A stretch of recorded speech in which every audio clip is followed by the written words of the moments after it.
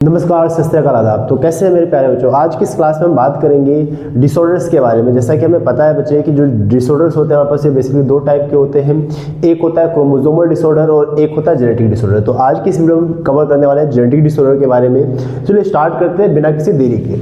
जैसे कि आपको पता है जेनेटिक डिसऑर्डर है, इसके दो बेसिक टाइप होते हैं। एक होता है ऑटोसोमल डिसऑर्डर और एक होता है सेक्स लिंक्ड या x linked disorder. Basically autosomal disorder या सेक्स लिंक्ड और एक्स लिंक्ड डिसऑर्डर होते क्या है, तो कहता है ऑटोसोमल डिसऑर्डर बेसिकली क्या है, ये कौन से क्रोमोसोम पे होते हैं, ऑटोसोमल क्रोमोसोम पे अराइज होते हैं। और जो सेक्स लिंक्ड डिसऑर्डर होता है बेसिकली किससे रिलेटेड होता है, एक्स क्रोमोसोम से, या आप कहते हो जी सेक्स क्रोमोसोम से रिलेटेड होता है, इसलिए इसे हम कहते हैं सेक्स लिंक्ड डिसऑर्डर। ठीक है। अब अगर हम बात करें ऑटोसोमल डिसऑर्डर के बारे में तो इसके फर्दर दो टाइप है आपके पास। एक है ऑटोसोमल डोमिनेंट और एक है ऑटोसोमल रिसेसिव। ये आपके सामने एग्जाम्पल है। ऑटोसोमल डोमिनेंट के एग्जाम्पल क्या क्या है, पॉलीडेक्टाइली, Huntington Korea and myotonic dystrophy. ठीक है। सेम ऐसे हमारे पास एग्जांपल है ऑटोसोमल रिसेसिव के, जिसमें आपके पास सिकल सेल एनीमिया, फिनाइलकीटोन्यूरिया और थैलेसीमिया। अब अगर हम बात करें सेक्स लिंक्ड रिसेसिव डिसऑर्डर के बारे में तो यहाँ पे आपके पास दो एग्जांपल है। एक है कलर ब्लाइंडनेस और एक है हीमोफीलिया। इसके अंदर जो ऑटोसोमल रिसेसिव है और साथ ही साथ जो सेक्स लिंक्ड रिसेसिव डिसऑर्डर्स होते हैं, ये जो डिसऑर्डर्स होते हैं बेसिकली ये आपके बोर्ड के पॉइंट ऑफ व्यू से बहुत इंपॉर्टेंट है। इन पे क्वेश्चंस बनते ही बनते हैं। तो आज की इस पूरी वीडियो में आप हमारे साथ बने रहिएगा और इनको हम पूरी तरीके से क्लियर करेंगे। तो अब मूव करते हैं, सबसे पहले हम डिस्कस करेंगे ऑटोसोमल रिसेसिव के बारे में। इसमें सबसे पहले बात कर लेते हैं सिकल सेल एनीमिया के बारे में, और क्योंकि ये एक ऑटोसोमल रिसेसिव डिसऑर्डर है। अच्छा, दूसरी इंपॉर्टेंट बात क्या है, इसके नाम से दिख रहा है आपको सिकल सेल एनीमिया, यानी इस केस में जो आरबीसी है उसका जो शेप है बाइकॉन्केव से चेंज होकर क्या होता है, वो सिकल शेप हो जाता है। जैसे हंसी देखा दराती दराती जैसे घास काटते हैं, कुछ वैसा ही उस शेप का ही हो जाता है। कुछ ऐसा हो जाता है ये सिकल से, इस शेप का ना, ऐसा शेप का हो जाता है ये। ठीक है, ये ऐसा बन जाता है थोड़ा सा। अच्छा, दूसरा क्या है, ये क्यों अराइज होता है, it arises due to the point mutation in the 6th codon of beta chain. Beta chain में भी कौन से कोडोन पे, 6th कोडोन पे एक पॉइंट म्यूटेशन होता है, उसकी वजह से अराइज होता है। अब उस पॉइंट म्यूटेशन की वजह से चेंज होता क्या है, कहता है जनरल केस में होता है कंडीशन, जो नॉर्मल कंडीशन होती है वहाँ क्या होता है, GAG होता है। But due two point mutation GAG जो है वो रिप्लेस हो जाता है बाय दी GOG, और इस रिप्लेसमेंट की वजह से वहाँ क्या बनता है, वेलाइन।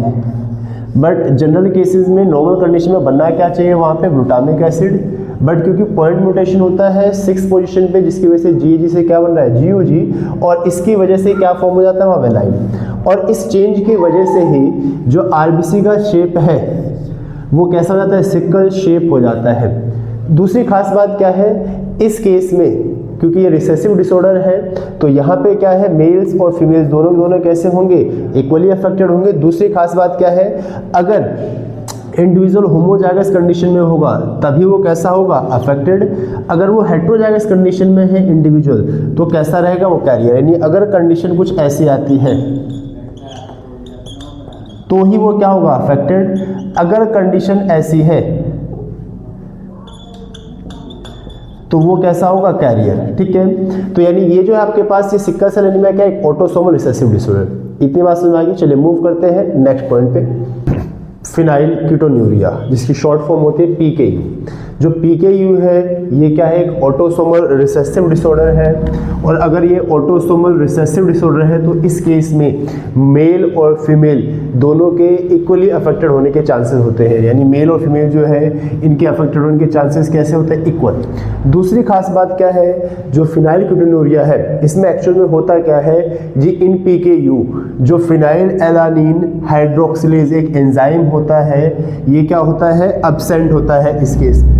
अब क्वेश्चन ये है कि जो फिनाइल एलानिन हाइड्रोक्सिलेज एंजाइम है, अब ये एक्चुअल में फंक्शन क्या करता है, तो जो फिनाइल एलानिन हाइड्रोक्सिलेज एंजाइम जिसे हम शॉर्ट फॉर्म में PAH भी कहते हैं, ये रिक्वायर्ड होता है किस चीज़ के लिए, for the conversion of phenyl alanine, जो कि एक क्या है, अमाइनो एसिड, और इसका कन्वर्जन किस में करता है, ये टायरोसिन में, जो क्या है, एक और अमाइनो एसिड है। यानी इस केस में बेसिकली जो PAH एंजाइम है ये क्या करता है, एक अमाइनो एसिड से दूसरे अमाइनो एसिड में कन्वर्जन कराता है। अब क्वेश्चन ये है कि अगर ये एंजाइम एब्सेंट है, इट मीन्स जो आपके पास फिनाइल एलानिन है इसका कन्वर्जन नहीं होगा टायरोसिन में, और अगर इसका कन्वर्जन नहीं होगा तो ये जो फिनाइल एलानिन है ये बॉडी में क्या होगा, एक्यूमुलेटेड रहेगा, स्टोर रहेगा, और साथ ही साथ ये फिर फाइनली किसमें कन्वर्ट हो जाता है धीरे धीरे, फिनाइल पायरुविक एसिड में, और कुछ अदर डेरिवेटिव्स भी फॉर्म करता है। और अगर यही फिनाइल पायरुविक एसिड अगर ब्रेन में स्टोर होता है तो इट कॉजेज मेंटल रिटार्डेशन, ठीक है। और क्योंकि जो PKU है ये क्या है, ऑटोसोमल रिसेसिव डिसऑर्डर है, और रिसेसिव होने की वजह से जब कंडीशन होमोजाइगस होगी तभी अपने आप को एक्सप्रेस करेंगे, और हेटेरोजाइगस कंडीशन में ये क्या रहेंगे, कैरियर, ठीक है। तो ये आपके पास सेकंड टाइप के ऑटोसोमल रिसेसिव डिसऑर्डर है हमारे पास। नेक्स्ट है हमारे पास थैलेसीमिया। थैलेसीमिया क्योंकि ये भी क्या है, एक ऑटोसोमल रिसेसिव डिसऑर्डर है, और इस केस में भी क्या है, मेल और फीमेल दोनों के अफेक्टेड होने के चांसेस क्या होते हैं, सेम होते हैं। अब क्वेश्चन ये है हमारे पास कि जो थैलेसीमिया है इस केस में होता क्या है, तो इस केस में जो आपके पास हीमोग्लोबिन है जिसके अंदर बेसिकली दो टाइप की ग्लोबिन चेन पाई जाती है, एक को हम क्या कहते हैं, अल्फा ग्लोबिन, और एक को हम कहते हैं बीटा ना। एक आपके पास अल्फा चेन होती है और एक क्या होती है, बीटा चेन होती है। तो कहता है इस केस में इन दोनों में से किसी एक की जो सिंथेसिस होती है वो क्या हो जाती है, रिड्यूस हो जाती है, ठीक है। अब क्वेश्चन ये है कि इन दोनों में से किस चेन की सिंथेसिस रिड्यूस होती है, उसके बेसिस पे ही आपके पास जो थैलेसीमिया है इसके टाइप्स होते हैं। सबसे पहला टाइप है अल्फा थैलेसीमिया। अल्फा थैलेसीमिया का मतलब क्या है, इस केस में जो आपके पास अल्फा चेन है हीमोग्लोबिन के अंदर उसकी सिंथेसिस क्या हो जाएगी, रिड्यूस हो जाएगी। सेम ऐसे अगर हम बात करें नेक्स्ट टाइप है हमारे पास बीटा थैलेसीमिया।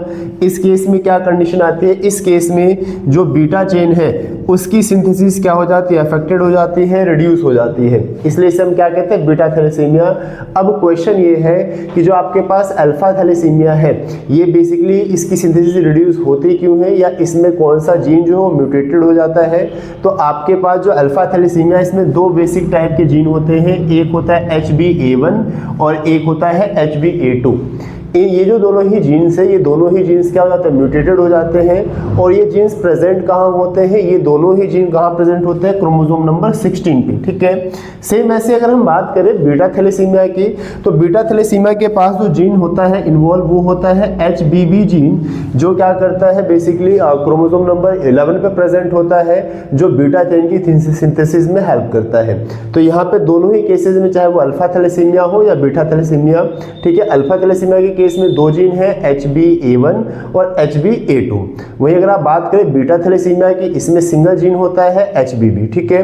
तो ये आपके पास टोटल 3 टाइप के आपने डिस्कस कर लिए हैं ऑटोसोमल रिसेसिव डिसऑर्डर के बारे में। अब हम बात करेंगे नेक्स्ट एक्स लिंक्ड डिसऑर्डर या फिर सेक्स लिंक्ड डिसऑर्डर के बारे में। नेक्स्ट है हमारे पास सेक्स लिंक्ड डिसऑर्डर्स, जिसमें सबसे पहला टाइप है हमारे पास कलर ब्लाइंडनेस। कलर ब्लाइंडनेस जो है ये क्या है, बेसिकली ये एक एक्स लिंक्ड रिसेसिव डिसऑर्डर है।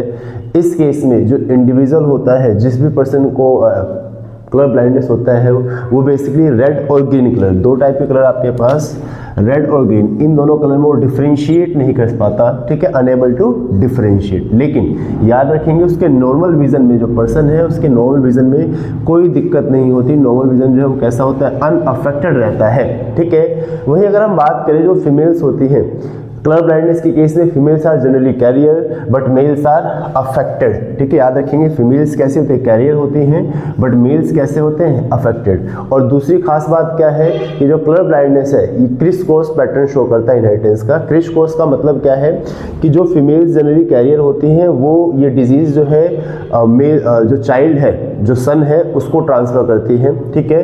तो याद रखेंगे फीमेल्स जनरली कैसी होती है, कैरियर। अगर वो कैरियर है तो उस केस में उनके पास जो जीनोटाइप होगा वो ये रहने वाला है। अगर फीमेल्स अफेक्टेड होती हैं इन केस तो जीनोटाइप आपका ये मिलेगा, ठीक है। वही अगर हम मेल की बात करें तो मेल जनरली क्या होते हैं, अफेक्टेड ही होते हैं, ठीक है। तो ये इनका जीनोटाइप होता है, ठीक है। ये है आपके पास कलर ब्लाइंडनेस। नेक्स्ट है हमारे पास एक्स लिंक्ड रिसेसिव डिसऑर्डर में हीमोफीलिया। हीमोफीलिया क्या है, ये एक्स लिंक्ड रिसेसिव डिसऑर्डर है। दूसरी इंपॉर्टेंट बात क्या है, हीमोफीलिया के केस में बेसिकली क्या होता है, जो क्लोटिंग फैक्टर्स होते हैं, क्योंकि हमें पता है मल्टीपल क्लोटिंग फैक्टर्स रिक्वायर्ड होते हैं for the clotting of blood. तो इस केस में जो क्लोटिंग फैक्टर 8 और 9, दो क्लोटिंग फैक्टर होते हैं आपके पास 8 और 9, वो क्या होते हैं, अफेक्टेड होते हैं। ठीक है, जो क्लोटिंग फैक्टर 8 और 9 है वो क्या होते हैं, अफेक्टेड होते हैं इन केस ऑफ हीमोफीलिया। और इसी बेसिस पे जो हीमोफीलिया के हैं यहाँ पे दो टाइप होते हैं, एक को हम कहते हैं हीमोफीलिया ए, एक को हम कहते हैं haemophilia B. In case of haemophilia A जो क्लोटिंग फैक्टर 8 होता है वो अफेक्टेड होता है, और in case of haemophilia B clotting factor 9 is absent. ठीक है, 9 इज अफेक्टेड बेसिकली। और एक और खास बात आप याद रखेंगे, इस क्लोटिंग फैक्टर 9 को हम कहते हैं क्रिसमस फैक्टर।